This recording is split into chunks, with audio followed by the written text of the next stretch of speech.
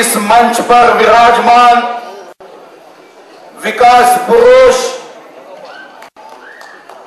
Bharatiya Janata party के अखिल भारतीय अध्यक्ष, हमारे सभी के लाडले नेता आदरणीय नितिन गडकरी जी, इस महाराष्ट्र के सह प्रभारी आदरणीय रमापति राम त्रिपाठी जी, इस मंच पर विराजमान उत्तर भारतीय मोर्चे के अध्यक्ष श्री मृत्युंजय पांडे जी, श्री किरीट सोमैया जी, श्री गोपाल शेट्टी जी, सरदार तारा सिंह जी, राज पुरोहित जी,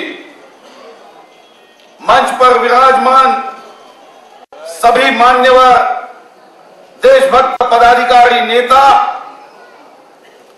और इस उत्तर भारतीय मोर्चे के सम्मेलन में उपस्थित मेरे सभी देशभक्त कार्यकर्ता भाइयों, मां बहनों और युवा साथियों,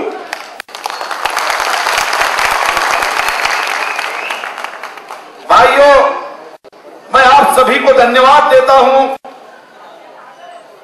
कि इस सम्मेलन के माध्यम से उत्तर भारतीय मोर्चे के कार्यकर्ताओं को मिलने का अवसर और सौभाग्य मुझे प्राप्त हुआ। फूलों के हार देकर आपने हमारा स्वागत किया, सत्कार किया। अहंकारी कांग्रेस राष्ट्रवादियों के नेताओं के साथ संघर्ष करने के लिए शुभकामनाएं भी दी। जब आपने हार पहना है तो हम देख रहे थे कि नितिन जी को इतना बड़ा हार आपने पहनाया। पहले तो मैं ये समझा कि ये तो एक स्वागत है, फिर मेरे मन में ये विचार आया कि शायद उत्तर भारतीय मोर्चे के कार्यकर्ता ये हमारे नितिन गडकरी के खांधे कितने मजबूत है ये देख रहे थे। अरे सबने हार छोड़ दिया, फिर भी नितिन जी ने अपने मजबूत खांधों पे उस हार का सारा बोझ सहन किया। भाइयों, ये सही बात है कि प्रश्न अनेक है। यहां पे कई कार्यकर्ताओं नेताओं का मनोगत सुनने को मुझे मिला। कोई कुछ कह रहे थे, कोई कुछ अपनी वेदना को प्रकट कर रहे थे, मगर मैं ये कहना चाहूंगा कि उत्तर भारतीय मोर्चा यानी ओठों पे सच्चाई रहती है, जहां दिल में सफाई रहती है, उस देश के वासी है जिस देश में गंगा बहती है।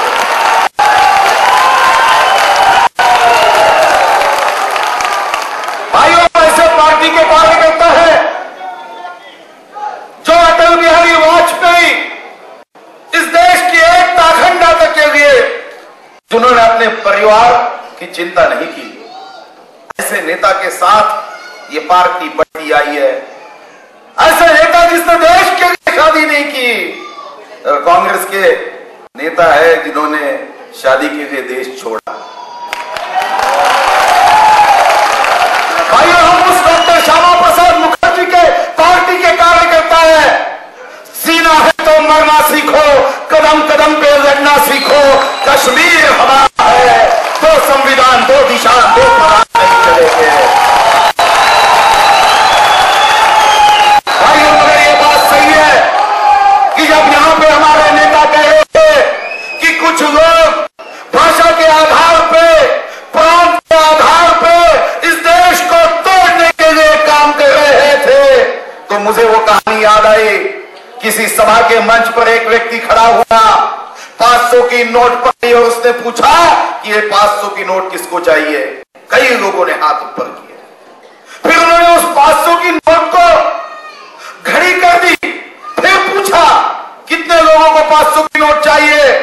कई हाथ उठ गए, सारे हॉल के हाथ उठ गए, हमको चाहिए। फिर उस व्यक्ति ने उस 500 की नोट को तोड़ दिया, टुकड़े कर दिए और फिर पूछा कि ये नोट किसको चाहिए। एक भी हाथ नहीं उठा। हमारे देश की शक्ति अगर 2020 में इस देश की शक्ति अगर महासत्ता बनाने के रास्ते पे चलनी है तो हमारे हमारे नितिन जी के नेतृत्व में कन्याकुमारी से कश्मीर तक ये देश एक है। इस देश की जनता का एक ही आवाज है, भारत माता की जय और वंदे मातरम। भाई हम ये चाहते हैं, जब आपके नेता कह रहे थे, हमारे पार्टी के कार्यकर्ता कह रहे थे कि महाराष्ट्र को बढ़ाने के लिए भी कई आपके जैसे लोगों का भी योगदान है। हम सब लोग इस महाराष्ट्र की प्रगति के लिए काम करते आए, मगर ये भी बात सही है, राजनीति धीरे धीरे गंदी होती जा रही है। लोगों को, आम जनता की भावना, उसकी मानसिकता, ये सत्ता तक पहुंचाने की सीढ़ी लगती है। इस देश में कई लोगों ने इस देश के लिए कुर्बानी दी। सबका सपना था कि कन्याकुमारी से कश्मीर तक ये देश एक मुक्त देश हो, एक भूख मुक्त देश हो। उसके लिए राजनीतिक पार्टियां काम नहीं करती। लोगों को भावना के आधार पर अपनी सत्ता का सपना पूरा करने का काम करने वाले नेता हमने भी देखे और आपने भी देखे, मगर उसको भी करारा जवाब देने वाली भारतीय जनता पार्टी निश्चित रूप से एक गरीब मुक्त भारतीय जनता पार्टी का एक भारत का सपना है। और इसीलिए ऐसे सपने को पूरा करने के लिए भारतीय जनता पार्टी ये जात, धर्म, पंथ, पक्ष और अपने राज्य की विभाग से उठकर आम गरीब जनता के 2 इंच के पेट की भूख के लिए संघर्ष करने वाले लोगों की पार्टी बनना चाहती है। और यही नारा देकर भारतीय जनता पार्टी महाराष्ट्र ने ऐलान किया है, गरीबों के सम्मान में भाजपा मैदान में, गरीबी मिटाने के लिए भारतीय जनता पार्टी भाइयों काम करना चाहती है। मगर मैं आखिरी का उदाहरण देके मैं अपने भाषण को विराम दूंगा। कोल्हापुर के प्रदेश कार्यकारिणी में हमें जाना है भाइयों, मगर कुछ लोग अपनी सत्ता के लिए कुछ बातें करते रहते हैं।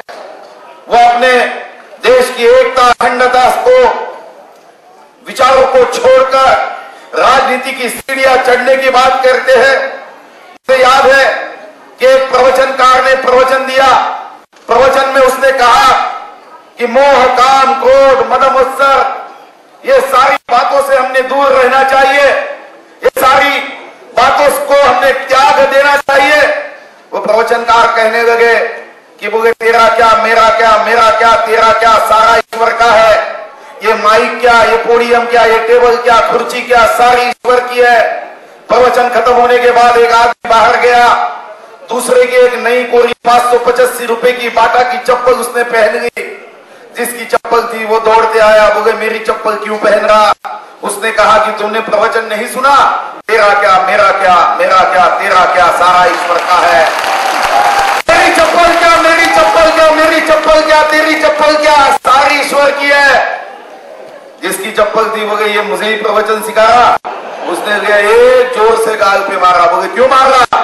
तेरा गाल क्या, मेरा गाल क्या, मेरा गाल क्या, तेरा गाल क्या, सारा ईश्वर का है। इसलिए भाइयों, राजनीति कुछ ऐसी पार्टियां है जो देश से भी अपने आप को बड़े मानती है।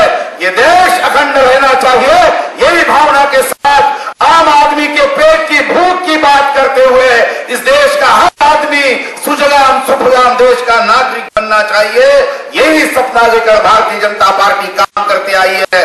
मगर इस विचार को मुंबई के हर झुग्गी झोपड़ी तक पहुंचाने का काम उत्तर भारतीय मोर्चा करे, यही आग्रह करने के लिए मैं यहाँ आया हूँ। और मेरा उत्तर भारतीय मोर्चे का हर कार्यकर्ता लोगों के हृदय की सिंहासन पे जाकर भारतीय विचार, भारतीय जनता पार्टी को विचारों की स्थापना करेगा, यही विश्वास व्यक्त करते हुए फिर से मैं आपका आभारी हूँ कि आपने मुझे निमंत्रण दिया। धन्यवाद। जय महाराज।